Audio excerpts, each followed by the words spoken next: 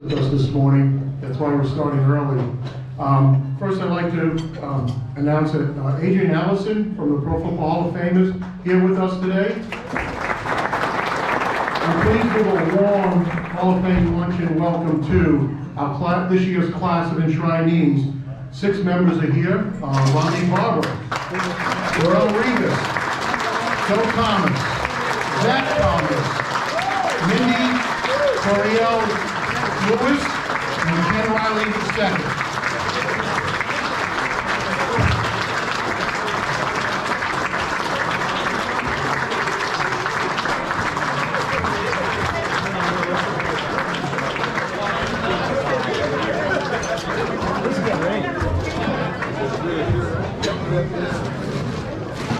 Adrian, come on up.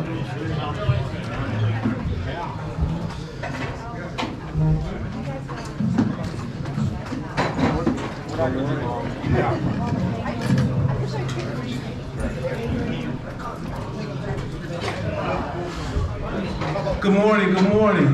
What an exciting Monday morning. We are excited to be here today to welcome 6 members of the class of 2023. Before I get started, it behooves me to say that there are always great players, but then there are great people. And what you will learn about the class of 2023 is that each one of these gentlemen and the representatives of the class members are really great people, and from the beginning of the announcement that they've been selected to be in the hall have been exciting and grateful to be coming in.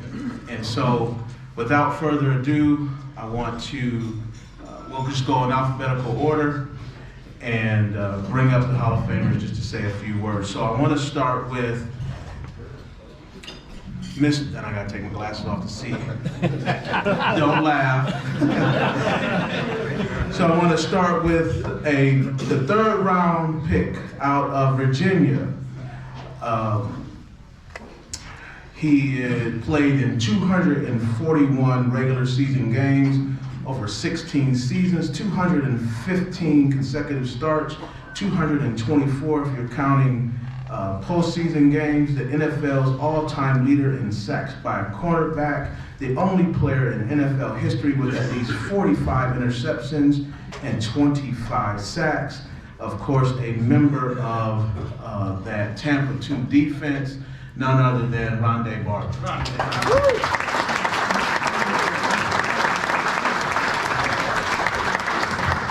Thanks, Adrian. Appreciate that introduction. It's a pleasure to be here in Canton in front of you guys. This is a large group. I don't get nervous talking in front of people, but I think you guys have more football knowledge than all of us up here combined. So it's just a pleasure to be here. The journey to Canton, you can't describe it. You don't get into the NFL thinking that you're going to end up being enshrined in the Pro Football Hall of Fame, but now that I'm here, I'm excited, and I'm glad to be here, guys, and I look forward to August. This is a wonderful place. I've been here a couple of times for some teammates, but somehow this feels a little bit more special than those times to me. So, cheers, guys. Thank you. I'll keep you.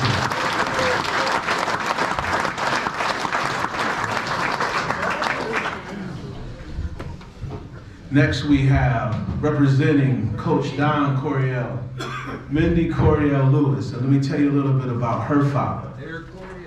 Air Coriel, yes sir. He, first of all, in coaching, one of the great achievements of a coach is the coaching tree. And Coach Coriel had 2 Hall of Fame coaches under his coaching tree, Coach Joe Gibbs, and Coach John Madden. Coach Coriel won 100 games at both the collegiate and at the professional level. He was the NFL Coach of the Year in 1974, the NFC Coach of the Year in 1974, and the Coach of the Year in 1979. Led the Cardinals to NFC crowns and Eastern Division crowns in 1974 and 75.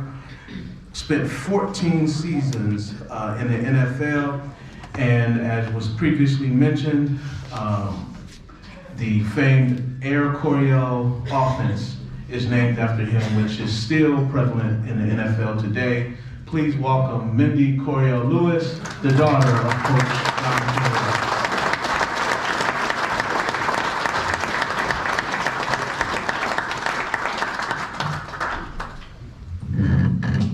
Thank you, Adrian. I am just so honored to be here. This is incredible. Looking at all these faces, it is a big group, Rhonda. It is a big group. I've never been to Canton before. This is so exciting. I feel blessed to be with these guys here. What an honor to be in this class. I'm just so thankful that my dad was my dad. And that I can be able to enjoy this. I wish he were here, but my goodness, this is just such a pleasure, and I'm mind blown to the reception that we've had here. Thank you so much.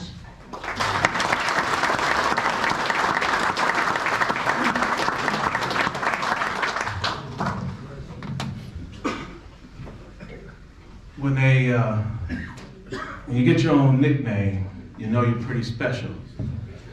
And this man had an island apparently named after him. Darrelle Revis, first round pick from out of Pittsburgh. He went to 7 Pro Bowls. He was first team All-Pro 4 seasons, 11-year career, 29 interceptions, returned 3 for touchdowns, 139 passes defensed. He is a first ballot Hall of Famer, the owner of Revis Island, Darrelle Revis.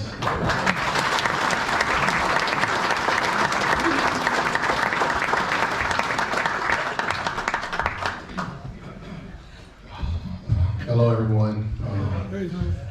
Definitely excited to be here. It's such an honor, such a blessing.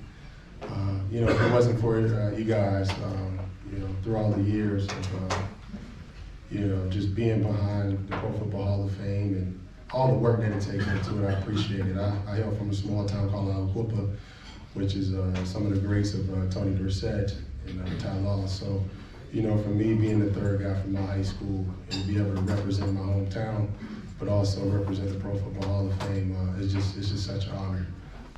Appreciate you guys through this whole ride process, and I'm having a lot of fun. It's just enjoying. Like I said, if it wasn't for you guys, I wouldn't be here. I wouldn't be able to see some of the greats that I was able to watch when I was growing up. So thank you guys so much.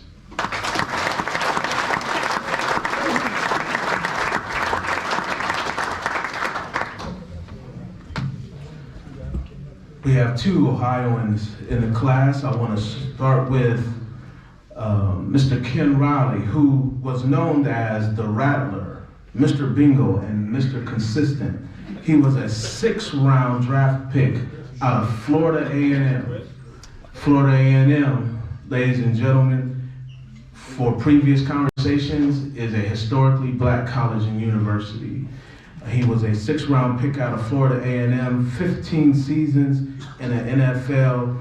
He led the league in NFL's in interceptions. He played in 207 NFL games, amazing 65 interceptions.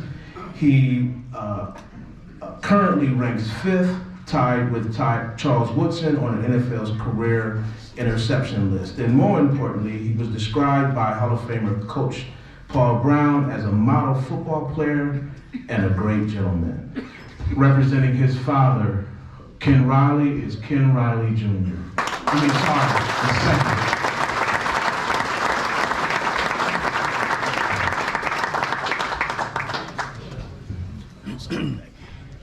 Good afternoon, thanks Adrian. It's a pleasure to be in here. This feels like home. I was actually born in Cincinnati. I always told my father I would never come to Canton until he got in. So I'm here now, and it's a great feeling. And like all the class members said, I guess this is cornerback U class, you know, with Darrell and Rondé. So cornerbacks are definitely representing. But it truly is an honor to be here, and just really want to thank you all for all the support. And like I said, it feels like home. So just glad to be here, and thanks again.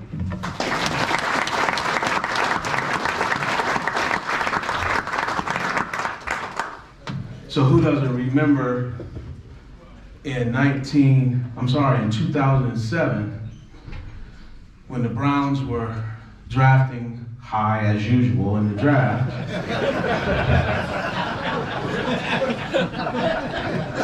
They cut away to a guy on a fishing boat. That guy on the fishing boat was selected 3rd overall in the 2007 draft. He spent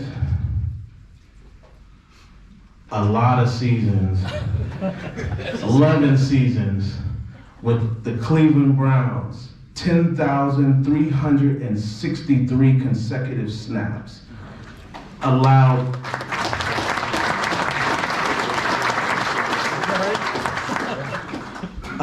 30 sacks, only 30 sacks in his remarkable career.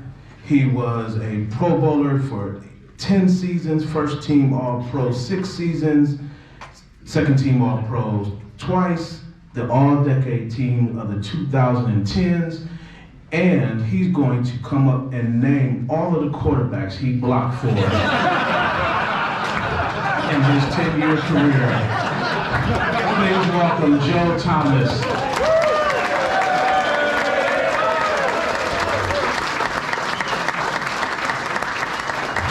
We don't have nearly enough time for me to even try to name all the quarterbacks I blocked for. But no, it's been very humbling to be part of this process and to be named Hall of Famer in 2023 with all of these other incredible guys, some of them that I got to play against, some of them that I looked up to when I was a younger kid, just trying to get into football for the very first time. So this summer it's going to be a great honor to be able to represent the great state of Ohio and all the great Cleveland Browns fans throughout all of America this summer, because I know you guys will show up. So thank you very much.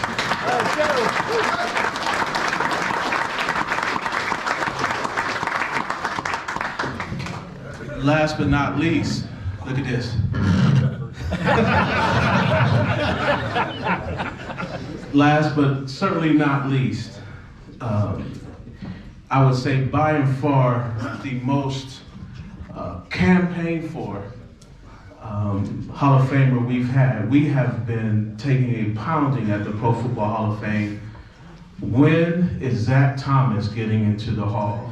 And so we are just happy that he's in, so we don't have to deal with that.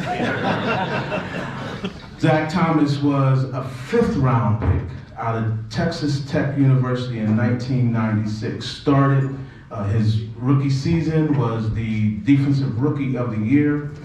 He set Dolphins career records with 4 interceptions returned for touchdowns. He had 100 tackles in each of his 11 seasons. And equally important, he was the first player in team history to win the Leadership Award, which was voted by teammates 3 times. He was a 5-time Pro Bowler, 5-time All-Pro first team, and a 2-time All-Pro second team, 7-time Pro Bowler. Give it up for Zach Thomas.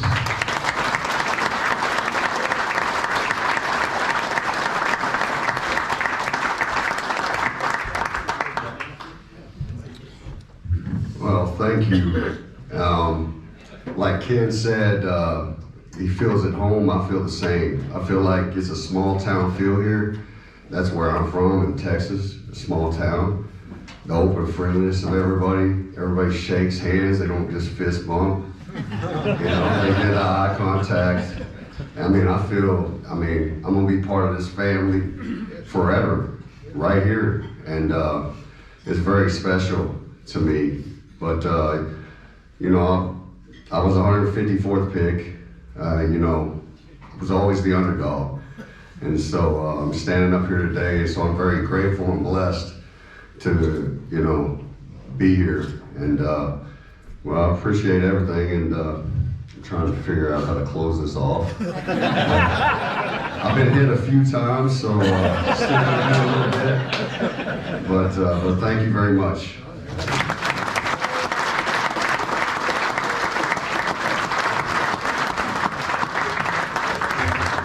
Please, one more time, give it up to representatives of the class of 2023.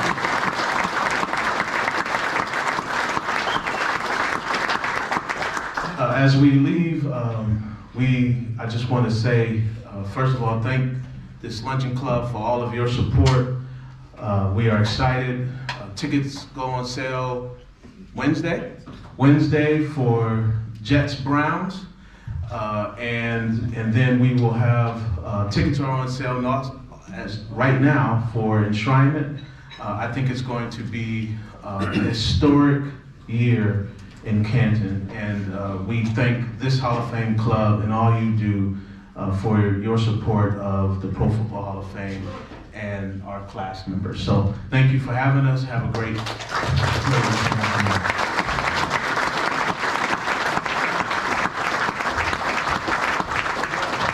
Thank you, Adrian. Thank you, class, for signing this. Thank you.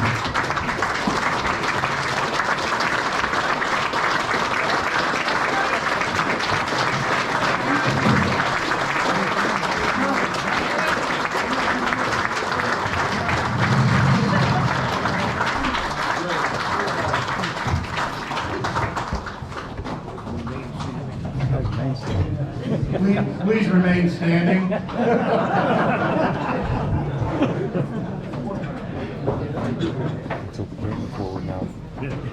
Welcome to today's meeting, Monday, March 6th, with our guest speaker, Ann Graffis.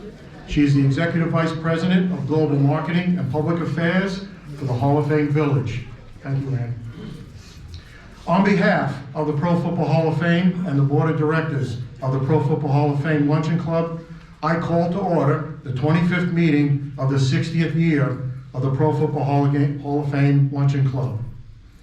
Our invocation, followed by the Pledge of Allegiance, will be given by Father Benson, pastor at St. Michael Archangel Catholic Church.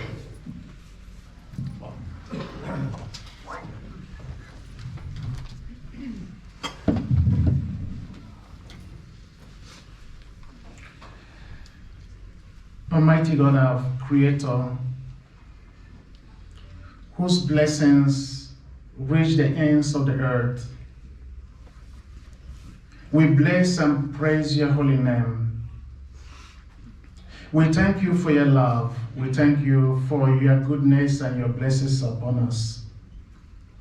Confirm us in our common faith and belief. As you, as a creator of mankind, that we may work together with you and with one another.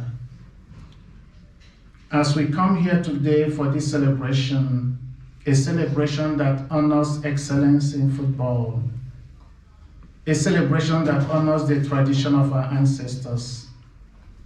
We pray you bless us, bless our community and our country and our leaders. May this event implant in us, your beloved sons and daughters, the true meaning of your love and your kindness. Bless, guide, and control all our words and actions. And bless also the food we have eaten and all we are going to drink here. May we draw nourishment of body and soul for the greater glory of your name. This we ask through Christ our Lord. Amen. I pledge allegiance to the flag of the United States of America and to the republic for which it stands, one nation, under God, indivisible, with liberty and justice for all. Play ball.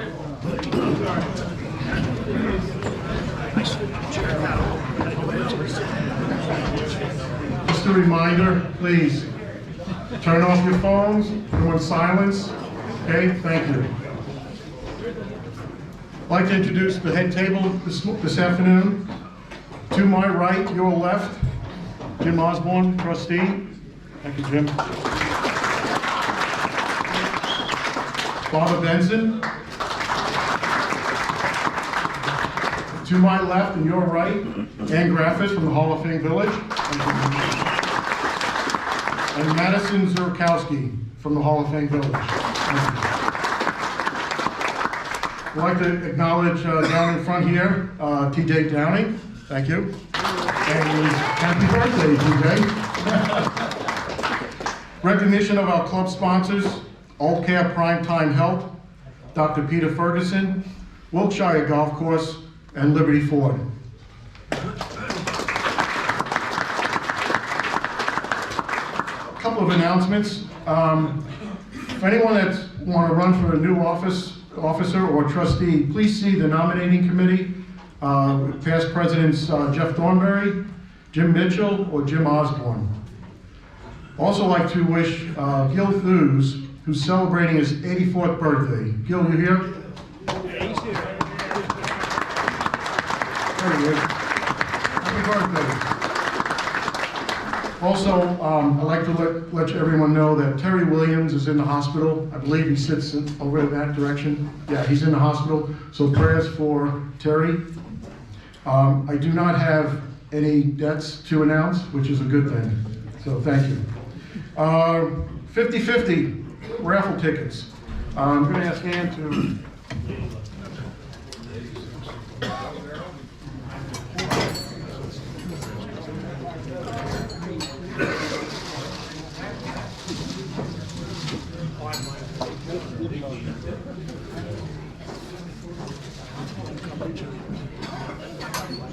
All right. 50-50 winnings is $163. The winning ticket is 831728. 728. Right down here. Where's Wade? Wade. There he goes. Okay.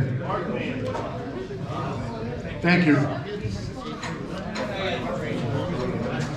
Okay. Our next week's speaker will be Jay Rohr, head football coach of Jackson High School. Now I'd like to bring up Madison Zurkowski, who will introduce Ann Graffis. Maddie?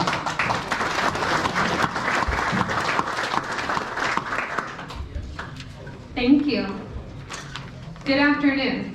As many of you know, the Hall of Fame Village is a unique and innovative destination that honors the history and achievements of American football and inspires the next generation. The Hall of Fame Village has made tremendous progress these past few years, completing the construction of Tom Benson Hall of Fame Stadium, the Forever Lawn Sports Complex, the Constellation Center for Excellence, Play Action Plaza, and the Fan Engagement Zone. Ongoing construction continues with the Hilton Tapestry Hotel and the indoor football-themed water park, resulting in $380 million in Phase 2 assets.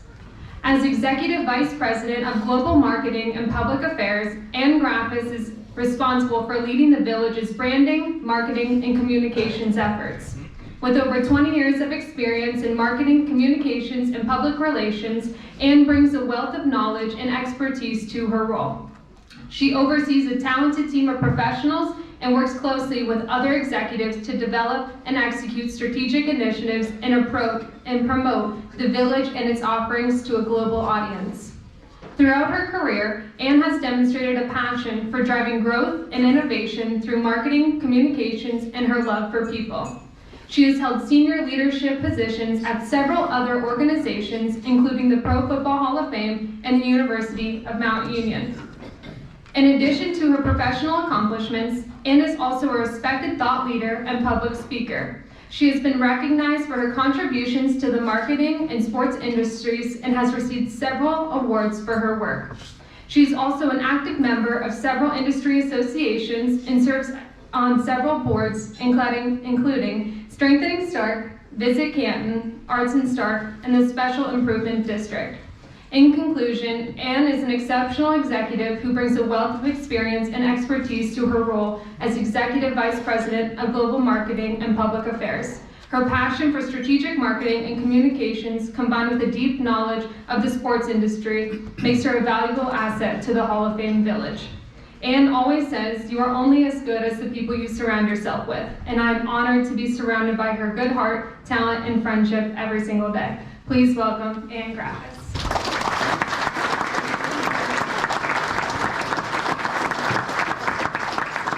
Wow.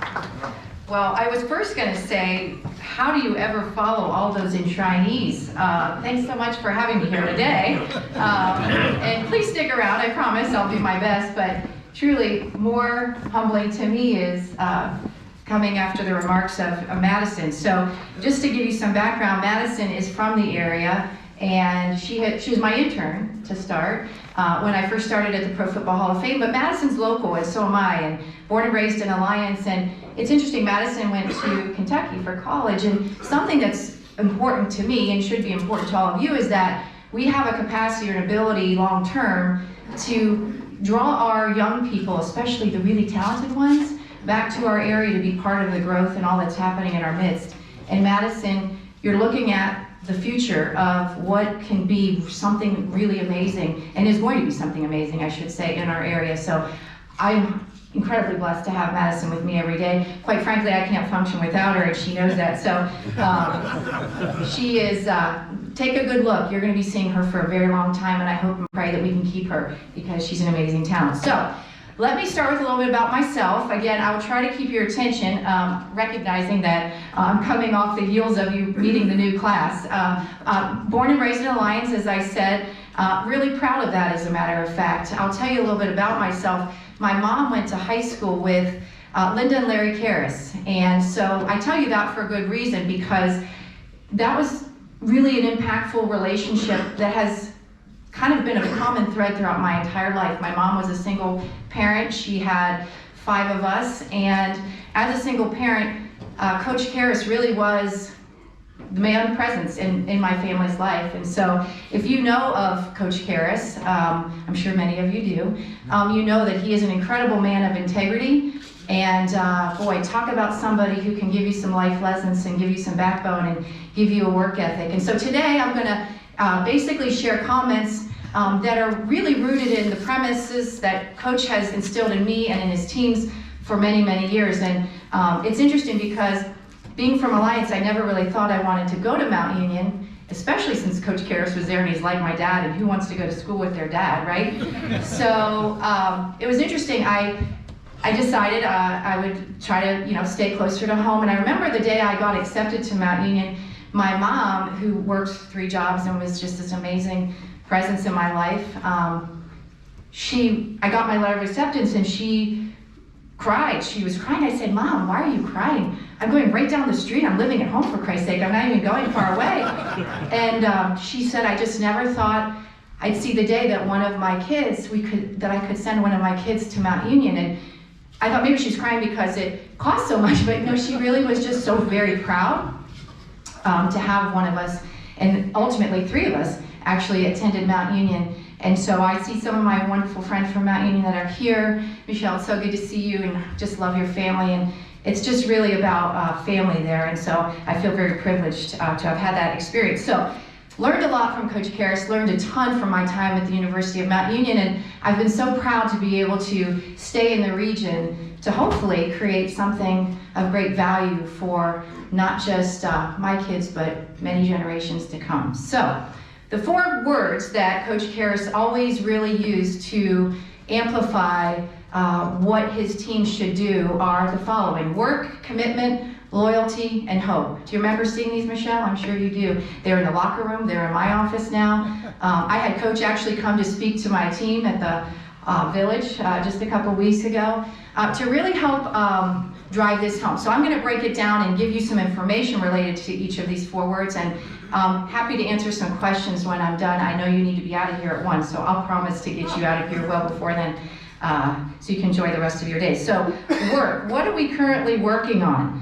I can tell you that we have a team. When I started, as Madison mentioned, I started at the Pro Football Hall of Fame. I was hired by David Baker, the man with the great vision. And I was hired because I believed in what could be a transformational project for our area. A great big vision, had an equally gigantic price tag, and a time frame that really was aggressive, wasn't it? It was a really grand plan, but maybe not so well thought out. And so I'm very pleased to say I started working with the reimagined vision. Thank you, David, for that, because without David and a few others, we wouldn't have had that great vision. But I was tapped then when we reimagined that work by a gentleman that I'm sure you've heard from, right? Michael Crawford, our president and CEO.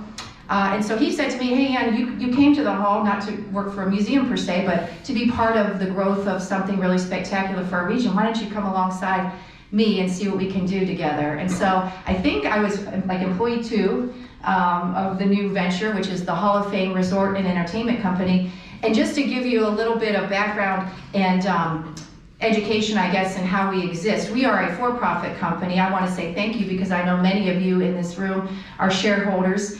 Hold on, we're going to be doing great things. It's a tough time, but we believe in what we're doing, and I know that you do as well. But we are separate and apart from the museum. That being said, what we do and what we're doing really is because of the museum. Absolutely everything that we're building is because of the excellence that resides in that museum. And so our company is multifaceted, actually 3 different tiers. So we have the resort and the village, right? So 120 acres, what we're building around the museum. As Madison mentioned, thank you for listing all the assets. As I get talking, I generally forget a few of them. But we're nearly done with phase 2. 120 some acres. We have the hotel and the water park as the completing components of phase 2, and those will be coming up out of the ground and completed early to mid 24. So we're really excited about that.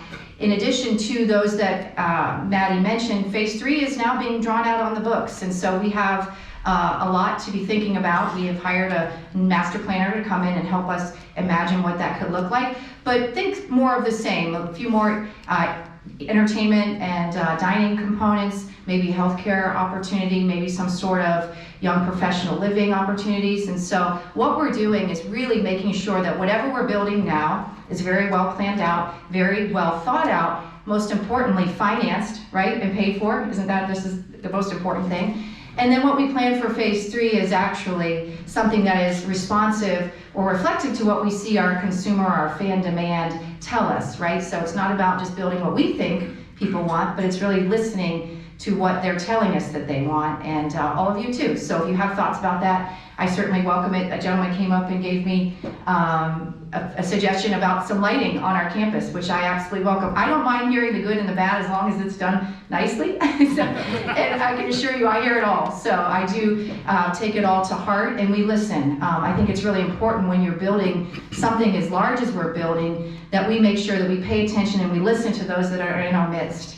And so I welcome any and all feedback. Please keep it coming. So we have a lot more coming in phase 3. And if you do a project like this correctly, Michael Crawford likes to say, and I repeat him often because he's very, very smart, you don't build a church for Easter Sunday, right? You don't build a project complete. You really take the time to have it in phases so that you are being responsive and not reactionary in how you're planning. And so phase 3, and then you can absolutely consider that there will be 4, 5, and 6, and then therefore, and that's where Maddie will be up here talking to you about what that looks like. So I'm very excited about the work that we're currently doing on site. Lots of great progress. You see that we have the giant wheel. We're going to be activating campus. We have a 3rd ride actually coming to that space, so stay tuned. That's your little teaser for the day. We're excited that we're making the campus much more interactive. And it's interesting because we are building something that's on a big stage, but what we're building really in my mind, as I see it, is for our community as well. So I'm very hopeful that those in our midst, all of you will bring your friends, your families, your children, your grandchildren, come and be with us. Restaurants and retail will be opening progressively over the course of the next few weeks and months. How many folks are excited for Don Shula's? I know I am. I cannot wait. It's the first of its kind concept. It's called American Kitchen. And I think we're slated for opening on March 21st, if I'm not mistaken.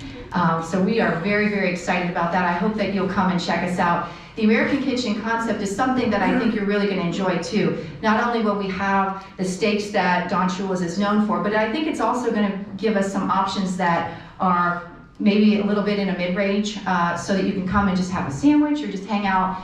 A lot of different specials. So it's going to be very akin to our area and very unique. And that's what we love about what we're doing. Everything is done with an eye on the unique and the different.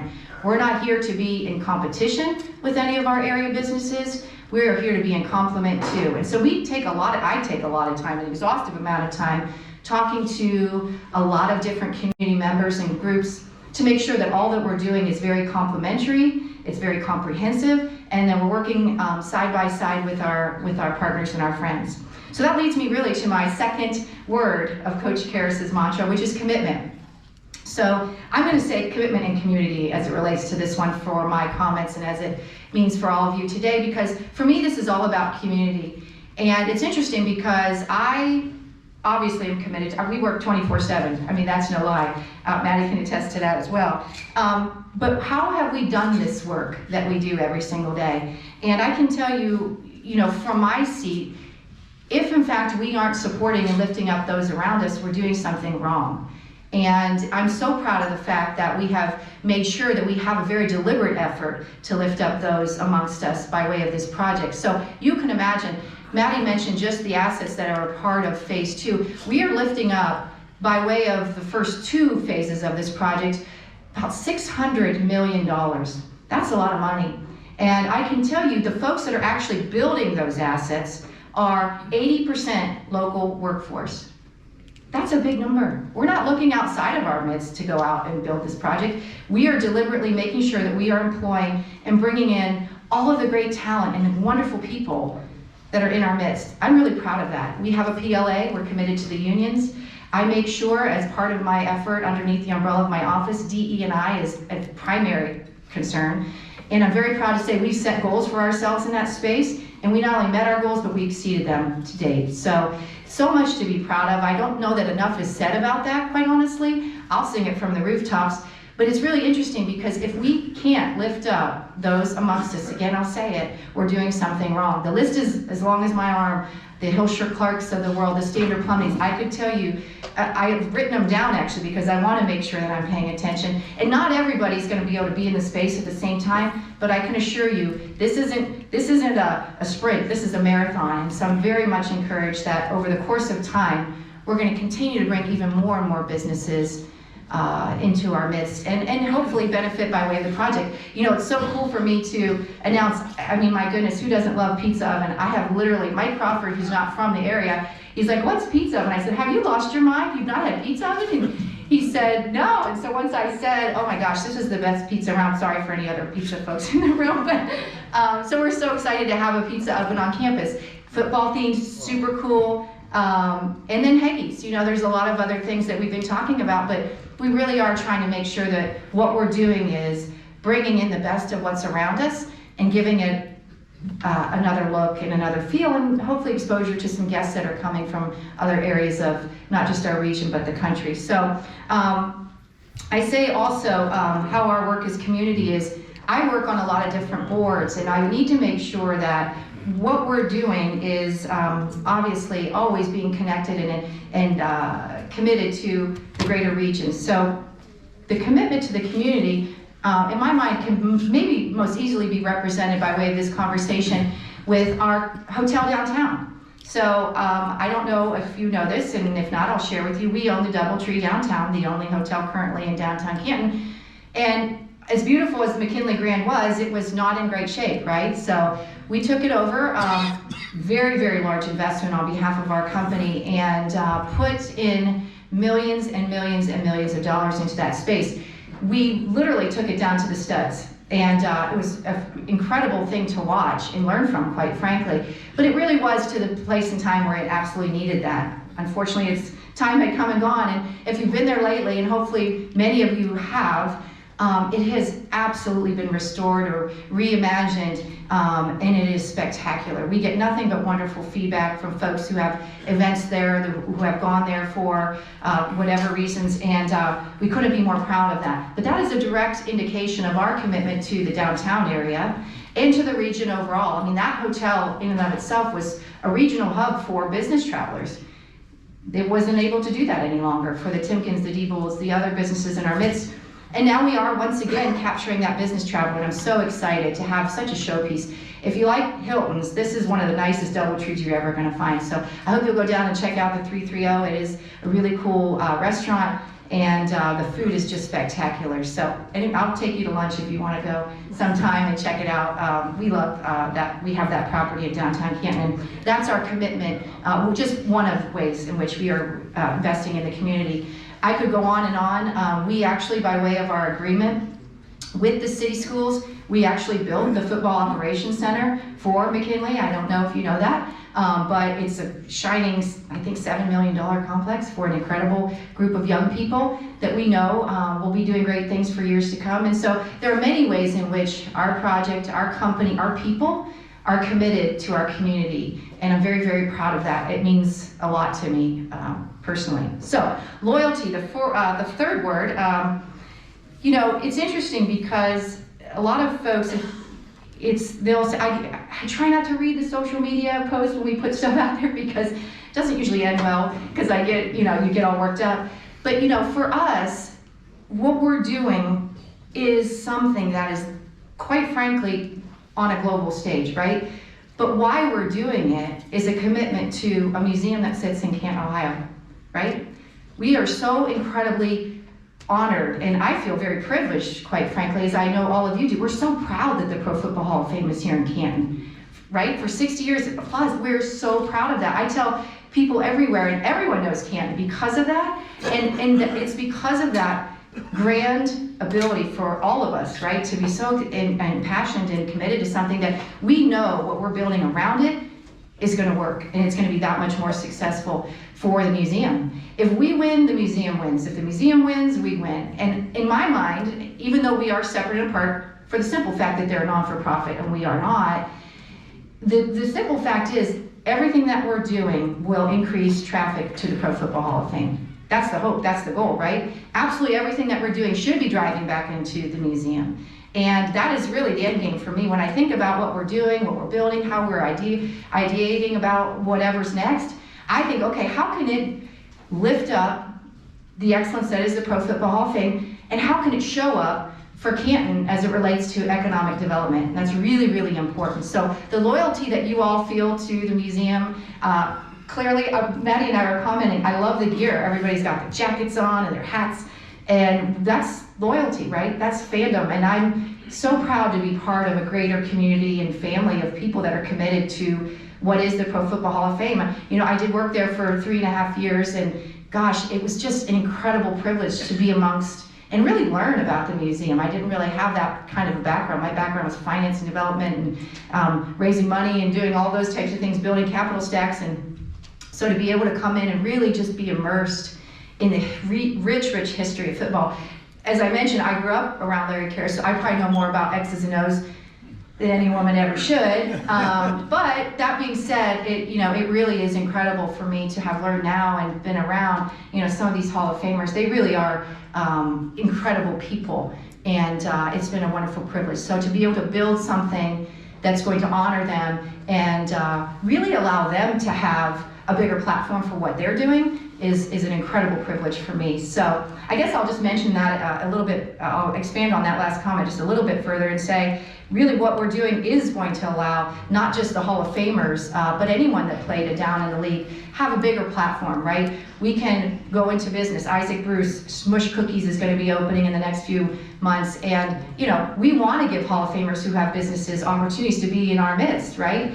And so we're investigating what those look like and what those platforms are and what those partnerships look like. So more to come there, because we feel like we should be a jumping off point and a support to any businesses or ideas that our Pro Football Hall of Famers have and do. Doesn't that just make sense? I think it does. So the last word that I'm going to share is hope. And this is a really interesting one. And the way Coach Karras always explained it, and I've heard him explain it a few times, is when you're doing something that's important, you have to give those around you hope for what could be, right? And I can say this very intimately. When this project started, when our company was born, and I've been around since day one, there wasn't much hope. Who doesn't lift up a publicly traded company during a pandemic, right? You're supposed to laugh. Nobody does that. We did that. Timing just wasn't on our side. And if you live like I live, most of the things you do are very calculated and strategic, not without risk, but if you do your homework and your due diligence and you have, prudence in how you approach things, timing and opportunity are everything. So for us, timing just really wasn't on our side, but the opportunity was there. And so we took it. And we took it because we knew, we had hope that we could put together something that could be transformational for our area. I know you've heard the language. I don't ever talk in the negative. Maddie knows this for sure. I always talk in the positive. I believe you can speak things into happening. Now I back that up with a lot of hard work and a lot of great folks helping me do that. But you have to believe in what you're saying, right? You have to hope for something bigger and better. We know that the data shares with us that we are getting smaller, poorer, and older as a community. We need to change that. I want to change that. I want to make sure that we're more prosperous, that we're getting younger, that we're more affluent. I want to give reasons for which my children, I have 2 daughters, will want to come back here and they'll want to do great things and raise their children right here in Canton or Alliance or any of the regions around us, right? So having hope for something bigger is really important. I can say this with all sincerity, when we started this project, and there were so many starts and stops, I'm sure you all remember the big pictures that were in the Canton repository and all the articles, and I probably imagine that I spoke in front of many of you about this several times over the course of the past 7 years, but it didn't happen right away, right? And people lost hope, and a lot of people were skeptical.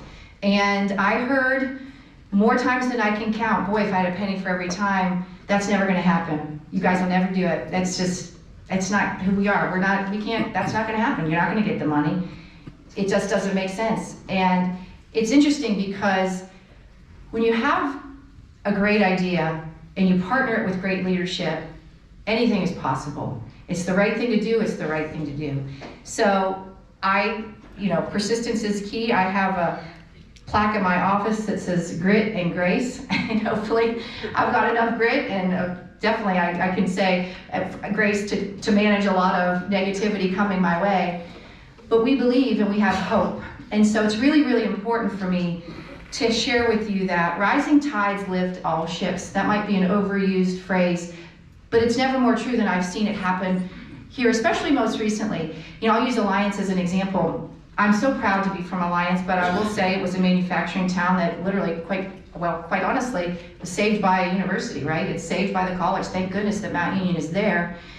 But what is it doing now? If you've driven through the one street that runs through, you'll see that as you come down 62 coming from Canton, on the right side of the road where there used to be a mall, we used to call it the Small because it was so small, it was torn down, and they're putting a new development there. And my point in saying that is, I think because sometimes when you think big and you dream bigger, and you think that something else can be, other people start thinking that too.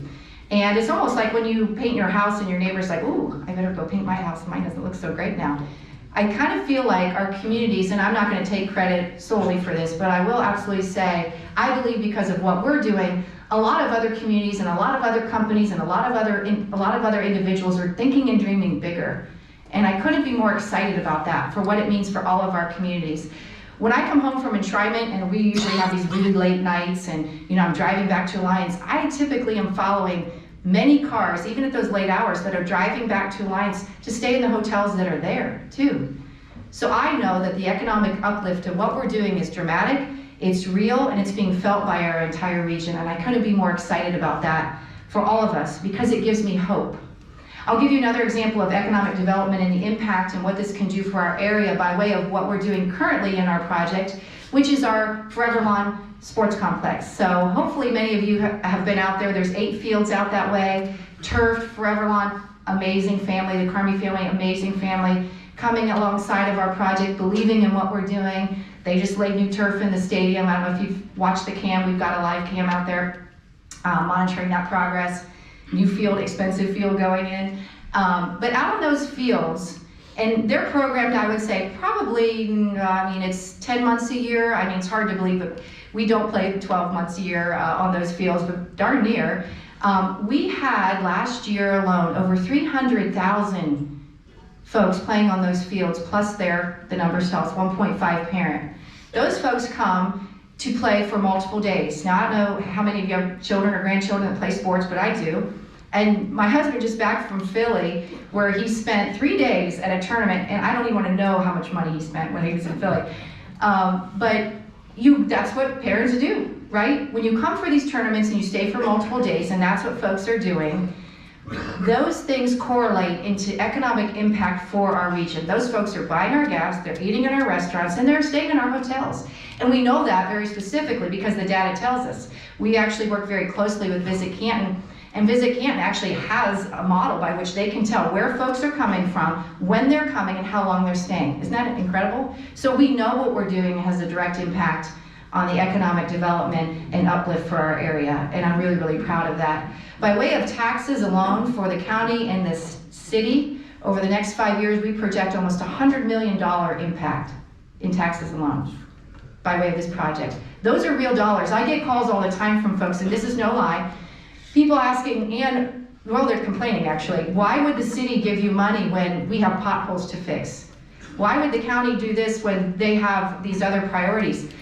And I can tell you that with Richard in the room, and Richard and I have talked about this a lot, when you put your monies into doing something of this nature, an economic development project, you don't fix potholes, you repave whole roads. You create an economic uplift and impact that goes well beyond just these Band-Aid patches, these pothole fillings.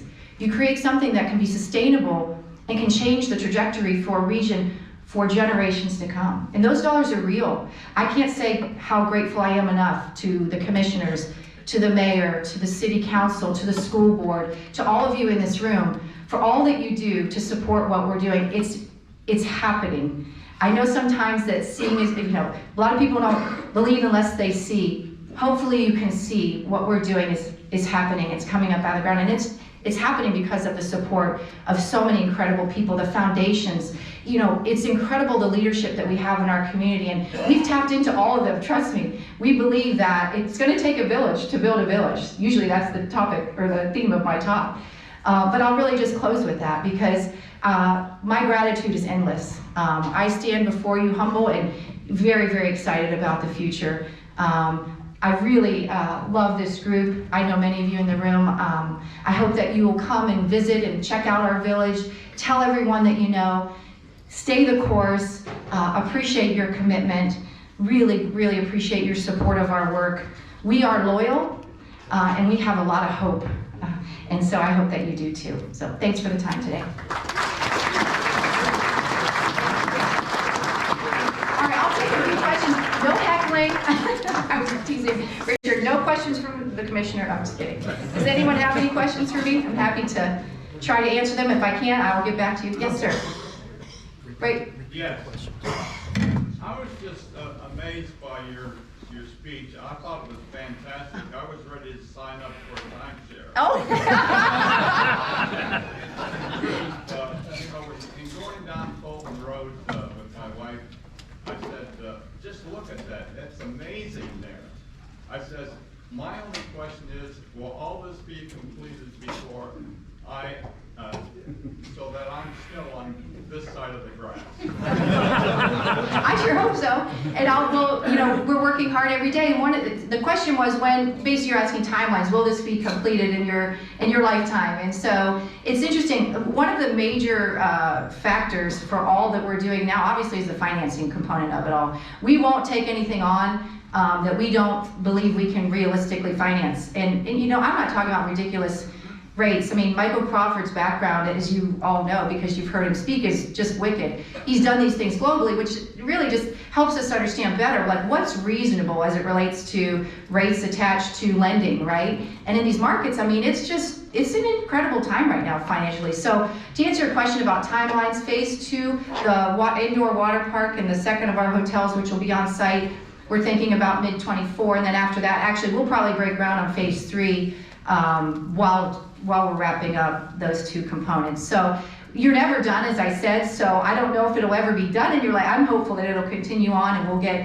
continue to, see what we can do as it relates to other components of the village. But as it relates to the first 2 phases, which really turn us into an operational campus, we were in construction for several years, and so there wasn't really anything to be engaged with. And now we are moving into operational. So I'm excited over the course of the next few weeks and months, we'll be announcing when the components of what we call our fan engagement zone will be completed so that folks can have those lines of sight.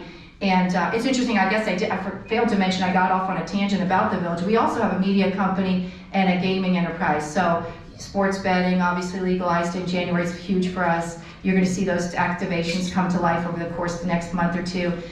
So more to come there, but I hope I answered your question. So yes, it will be done hopefully in your lifetime. Yes? You mentioned the demographics of this area being poor and older. What efforts are you doing to reach out into our high schools and colleges to whether recruit or just explain? Great question. So the question was, I mentioned that the data shows us that we're getting older and poorer. And again, I like to think about getting younger and more affluent. And so what are we doing to actually try to support that? And so interestingly, given what we're building, we actually have the opportunity, we are creating a lot of jobs. And to your point, really challenging for the entire world right now is workforce, right? So what we have done is, and I am very, very intimately involved with a lot of organizations such as SEDB, the Stark Economic Development Board, and Strengthening Stark, which is the reporting agency that really helped us understand what our region looks like. And so what we are doing is very deliberately working with, and I'll give you for example, Para Jones at Stark State. How can we work to align ourselves? What we are actively pursuing is knowing and understanding what the workforce that's going to be needed within our footprint is, and then how can we train to that through specific certificated programs that she offers, right? And then drilling down even a little bit further, working with Dan Murphy over at RG Drag, or I work with Dave Curvin, who in the trades needs to be developed, what skill set, who at RG Drag needs to, like hospitality, of course, what universities in our midst actually have. I actually just met with Mount Union last week about how there's such an incredible wealth of coaches. The coaching tree there is just so amazing. How can they have some sort of accreditation program where their students can come and learn in real time on our campus? So I could talk with you about this for forever, because I was in higher ed for a while in development, and I very much understand like how we need to bring along. So it's about 3 things, right? So we have job creation, but then if you don't have job training and then job access, I mean, the rest doesn't matter, right? So we really need to make sure that we have a concerted effort. And the interesting thing is, if you do this correctly, you really are starting when they're very young, education, right? So we have to start in the grade schools and the middle schools. We just hosted, oh gosh, it was so wonderful, last week, Junior Achievement. We had 1,400 kids on our campus learning about jobs in our midst, jobs on our campus, but then jobs in the region, all trades, in the military, all kinds of stuff. We had 70 different businesses on site to help these younger people. They were all high school kids, juniors primarily, but really know and understand what the opportunities are in our midst. So we have to be deliberate about it, to your point. You can't just say, oh gosh, yes, we're committed, we're gonna make that change. You really have to have, and it's multifaceted with a lot of partners brought in to help you do that meaningfully. So in my mind, what we're trying to do is align ourselves with the universities. There's 5 in our midst, right? The colleges and universities, and what are they known for, specialized in, and how can we tap into that resource to help us get where we need to be, and then we can come along together, because you're right, we all win then. But yeah, workforce is a real interesting challenge right now. But I always say solve for. How are we gonna solve for? and then we figure it out and bring people alongside us that can help us do that. Yes? Hospitality-wise, have you partnered with any of the major chains or like Hilton or anybody? Well, it's interesting. So, like Shula's, for example, like a lot of the folks, I can answer that in a couple of different ways. The hospitality program, the one that we've been actually most actively, Akron has a hospitality program. Actually, Bowling Green does as well. In Stark State, so we've been talking about how we can work with them. If you're talking about corporate partners, Hilton or Shula's, we've been thinking about hands-on and AVI as well. So AVI is currently one of our concession partners, but they do training and whatnot. So that's still a work in progress. We're trying to figure out how we can do on-site job training and but through an educational path, I guess is more said, easily understood. Well, I meant, like the hotel you're building. I mean, is it going to be run by a partner, or are you going to run it yourself? Well, it's a Hilton flag, but we anticipate running it ourselves. Yep. It's a tapestry, which means that it's one of their themed lines. So it's all football themed, higher end. But it's still, that'll be our hotel. Oh my goodness, all the way in the back.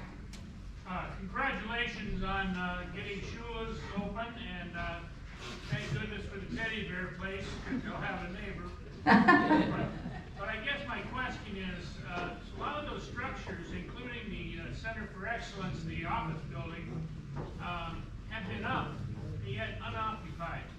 And I wonder why it is taking so long to get that office building occupied, as well as the shopping center, what I call the center.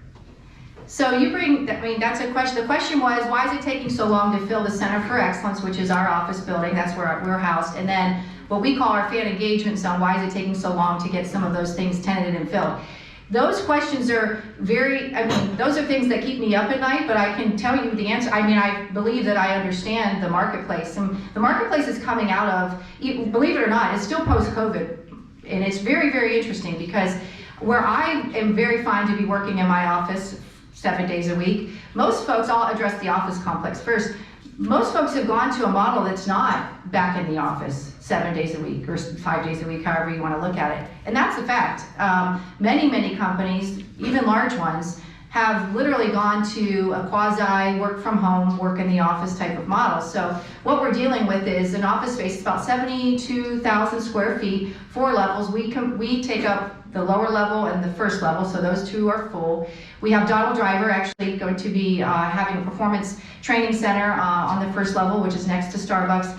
And then the second and third floors are actually being built out right now for tenants that we haven't announced yet. I wouldn't say it's 100%, but I would say we're getting there. It's just taking time. And the interesting thing about all of this is it does feel like we're pushing a boulder up a hill most days because of the environment in which we're living in. But that being said, we're still being very creative in how we've been attacking it. And we've had to change our path a couple times as it relates to the office complex. Get creative. Think about ways in which that can happen. We actually are partnering with Jumpstart. I don't know if you know, folks in this room, what Jumpstart is, to bring an entrepreneur and residence center to the Center for Excellence so that we can be doing that type of coursework for folks in our midst. So those are types of partnerships that we're looking at to creatively create activity, and it's meaningful activity though. It's not just, we want those folks that are going to be with us to be intentionally picked, and those that are going to be dynamic and adding value to our community and those around us. So we haven't announced, there's 2 others that you'll be hearing about in the next, I don't know. It's all about getting contracts signed and language addressed, and that's a very laborious process if you've ever been in it. I can't tell you how long some of these things take, which is, but anyways, for the retail space, we actually actively, I'm a part of a meeting every week that we actively monitor this, and I'm super excited because we have line of sight, and when I say line of sight, LOIs and things, you don't share publicly until you have those things actually locked in, but a couple other really unique concepts, because there's really only a couple open spaces. The end cap in the retail space is one of them, but an important one. And so we have some news that we'll be sharing over the course of the next few months. But for me, it's all about patience. Slow and steady wins the race, and about never giving up on what can be. It's not acceptable for us to have those spaces unoccupied. They will be occupied, but they need to be occupied with the right tenants, right? We have discernment when it comes to what we're doing. If we just wanted to fill it, I can assure you they'd already be filled. So, over here. Can you address the parking issue? Oh, that's a great one. Parking, I hear about this a lot.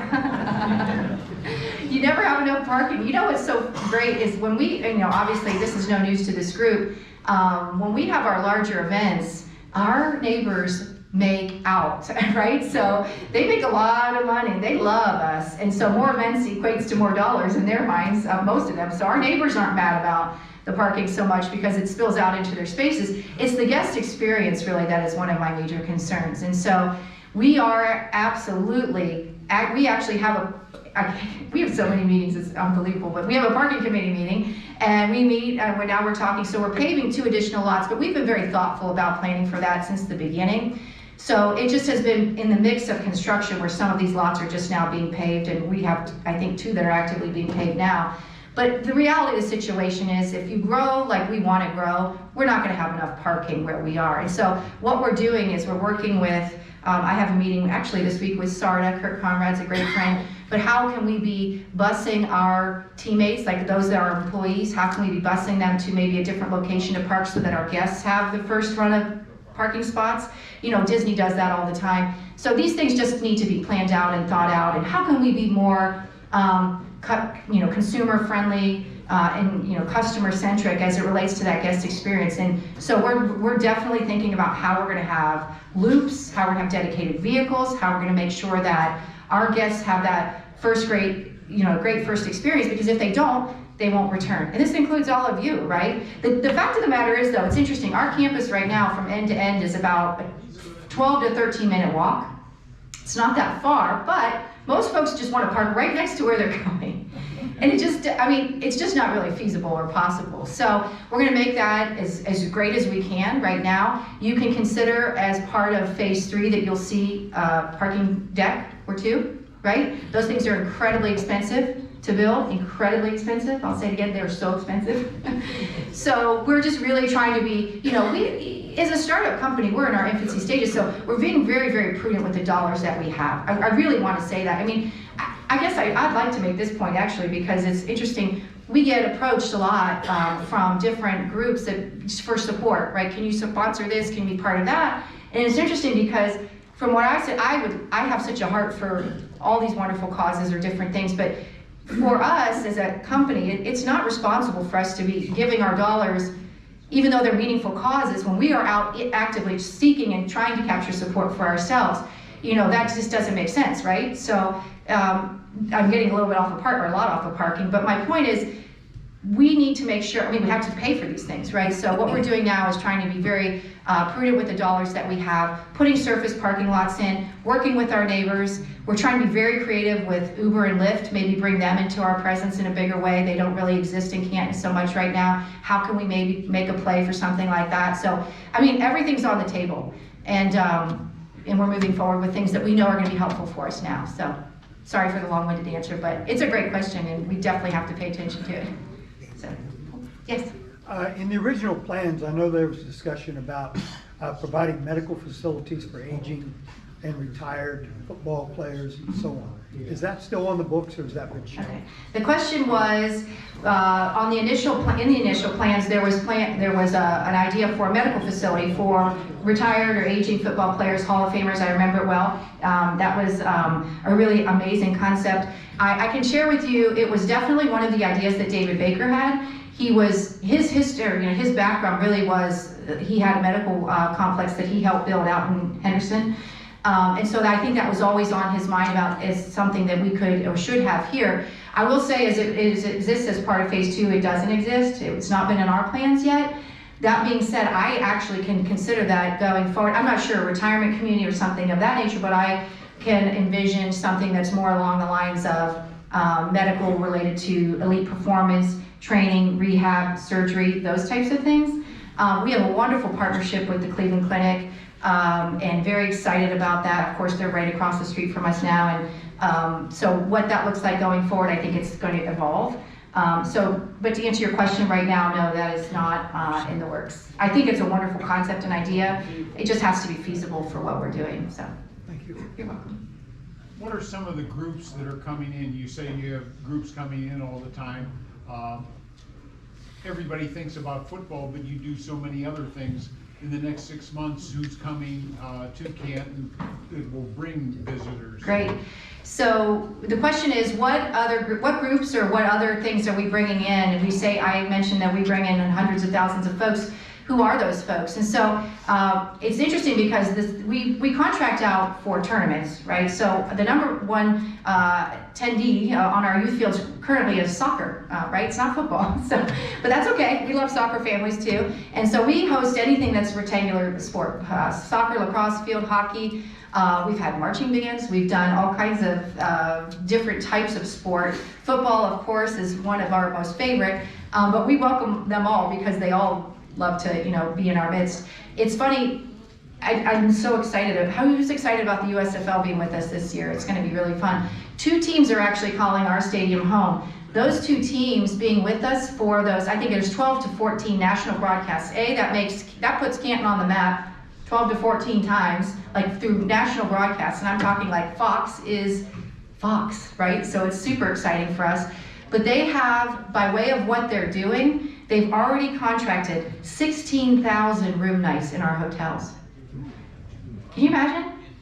We obviously own one hotel right now. Those are hotels in our entire region. Those are so they're eating in our restaurants.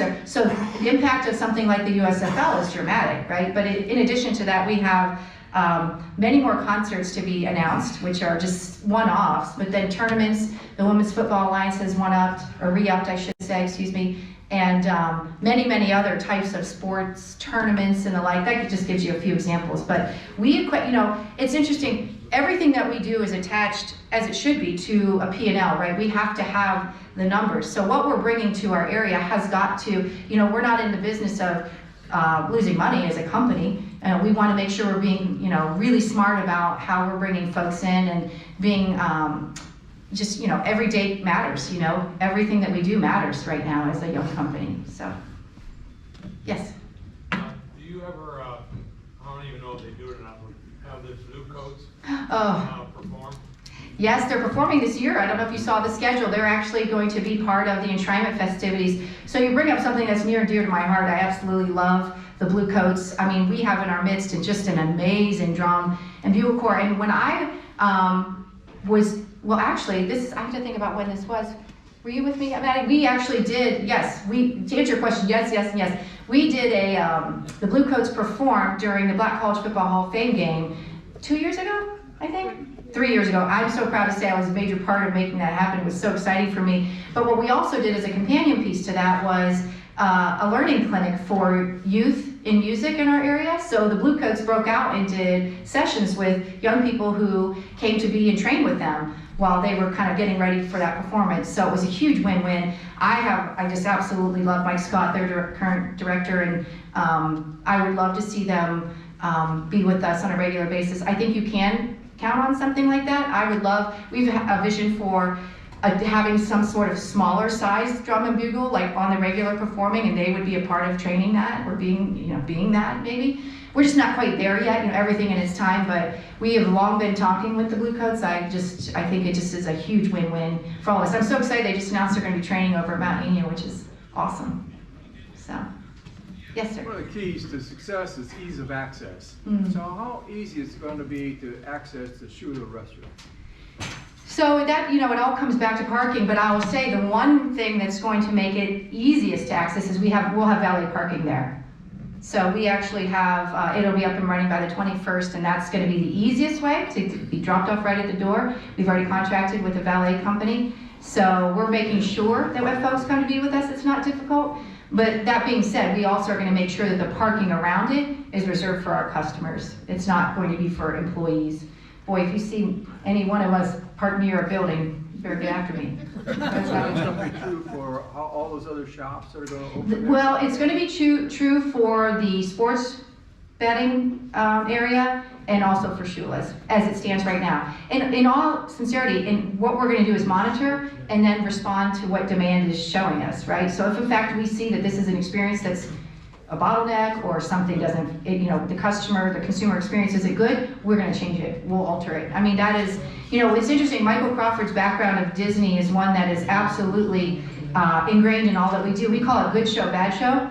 And I can tell you, it's exactly as it states. If something is bad show, if we're not showing up well, it's fixed as quickly as we possibly can. And I mean, from the trash on the ground, to a crack in the cement, to someone's experience as it relates to their parking, a light that was in someone's eye, it was brought up to me earlier, as they're driving in, it's not appropriately, we manage that we do what we call EC walks, our executive committee, we walk our campus on the regular, and we look for what's bad show.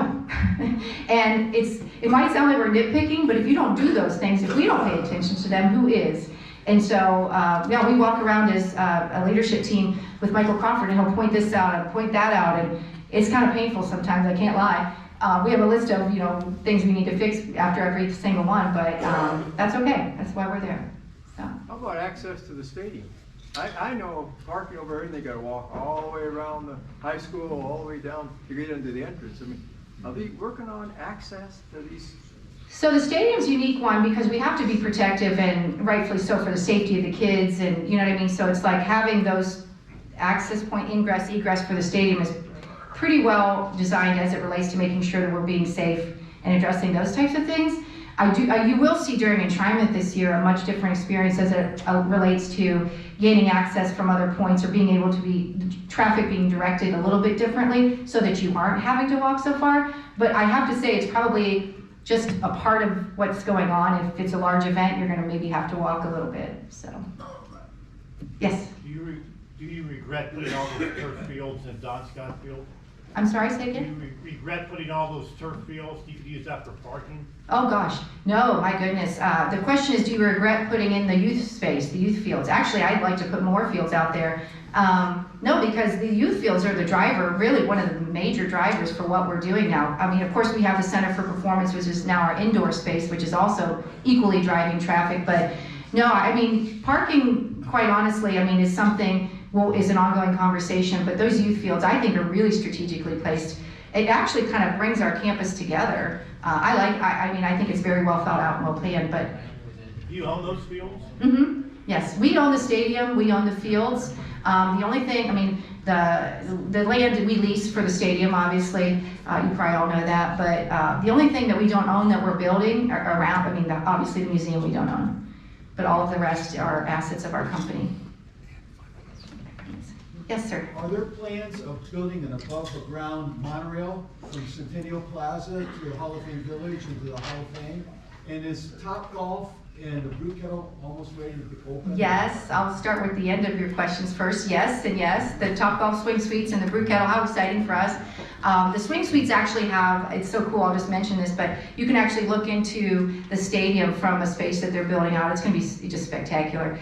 Very excited about that. So yes, you're going to see that happening probably the next few weeks or so. We'll get news out about when those openings are. We're trying to be planned too, because you don't want to have a ribbon cutting every other minute. You want to be able to pay attention to what you're doing. We just opened the visitor center. We're going to be opening Shula's. So you're going to see these things happening now in a planned way. And that's by design, right? So I know it takes a lot of patience sometimes for our community, but we really don't want to open everything all at once. We want to try to be planned and deliberate and pay attention and do it right. That's the most important thing.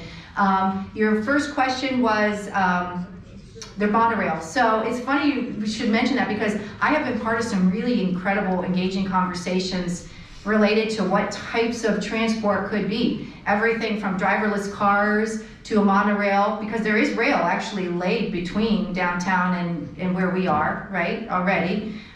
Should it go up to Belden Village? Should it go out to the airport? I mean, people are actually having these conversations, and it's very exciting from where I sit, because you have to dream big to think you get big, right? And so if we want this to be successful, we have to be thinking that is the next stage and phase, I think, of where this will probably go. We're very supportive of what might be.